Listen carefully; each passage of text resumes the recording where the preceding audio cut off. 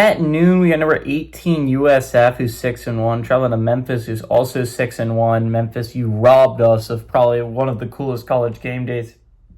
If you just won, damn it. USF favored by 6.5 points on ESPN2. Byron Brown has gone 128 of 202, thrown for 1,695 yards, 16 touchdowns, 5 interceptions. Also leads his team on the ground with 99 carries for 475 yards and 6 touchdowns. Chaz Nimrod has had 23 catches for 466 yards and 3 touchdowns. Brendan Lewis has gone 114 of 164, threw for 1,337 yards, 8 touchdowns, 4 interceptions. Sutton Smith has had 75 carries for 480 yards and 6 touchdowns. And Cortez Bram Jr. has had 29 catches for 491 yards and 5 touchdowns. Memphis is 9-4 against the Bulls all time. Last 4 games have gone to Memphis from 2019 to 2024, and they've won 7 of the last 8 times these two teams have played.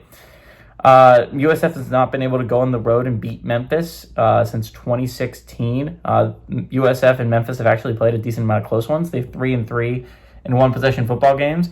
Galesh is 0-2 against the Tigers during his tenure as the Bulls head coach, and Silverfield is 3-0 against the Bulls. Okay.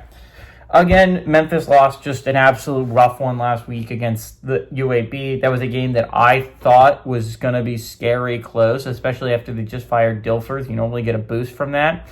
But damn, Memphis fell into a trap. They went on the road against UAB in a classic look-ahead game and got beat by UAB. They came close to tying it and sending the game to overtime at the end, but they came just short and were not able to win the game against the Blazers, and that gave them the first loss of the season.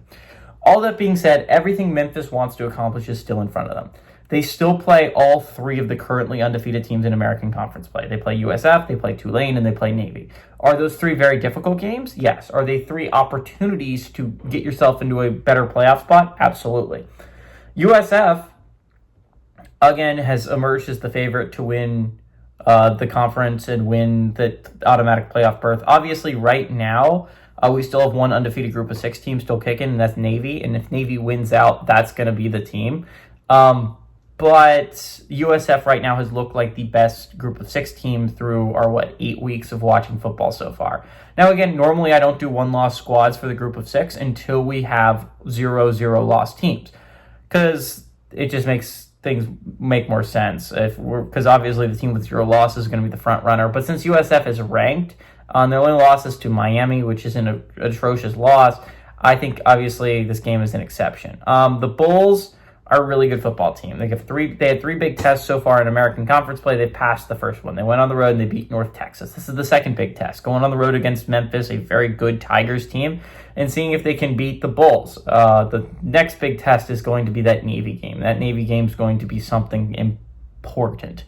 We're talking about it's possible the midshipmen, unlikely, but it's possible the midshipmen game is still undefeated by the time that you play them. I think that is going to be a very interesting football game. I think this is a really interesting football game. Again, everything Memphis wants to accomplish is still out in front of it. This is a game that both teams desperately need to win. A 2-loss squad is going to really hurt them trying to make the college football playoffs if you're the Bulls. Same thing if you're Memphis, but 2 in-conference losses might be a death sentence. And I think that's why Memphis is able to pull it out. This is very much hinging on the fact that I think Brendan Lewis will be back for this game. If he is not, then I think the Bulls run away with it. But I think if Brendan Lewis is playing football for the Tigers, I think they're able to beat the Bulls at home. I like the Tigers to win and pull off the upset at home.